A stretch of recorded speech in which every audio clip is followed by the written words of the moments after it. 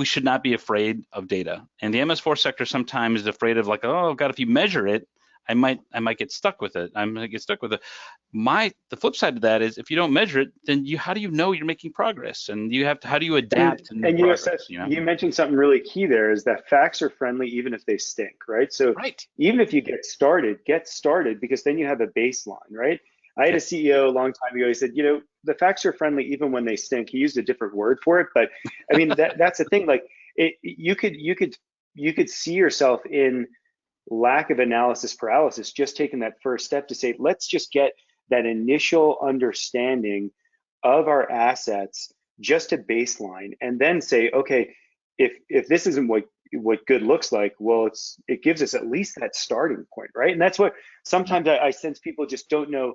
It's like, well, if you're going to keep revving your engine, you're never going to get anywhere, right? And that's the challenge that I see in the space and place for these guys.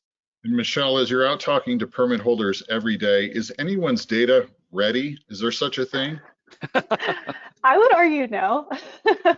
Yeah, I mean, it's. But not as a criticism, just that's the nature of it, right? Yeah, that's just the nature of the game. And as these data standards develop, as technology develops, yeah, your data is gonna change over time. And I think Esri, GIS, Second Nature, we all have easy platforms for you to get started with adding inventory, doing your assessments, and we can always update and improve your data set as we move forward using these tools.